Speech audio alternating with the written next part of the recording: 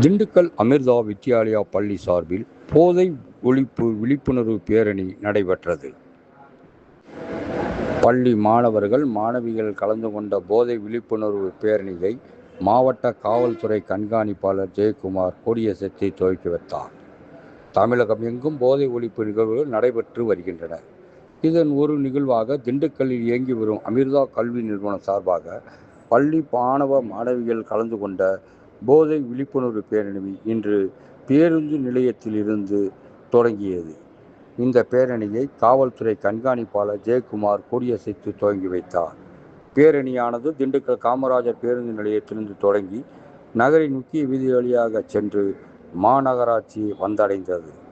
அப்பொழுது மாணவர்கள் மாணவிகள் போதைக்கு எதிரான விழிப்புணர்வு பதாதைகளை கையில் ஏந்தியபடி கோஷங்கள் எழுப்பிய வண்ணம் சென்றனர்.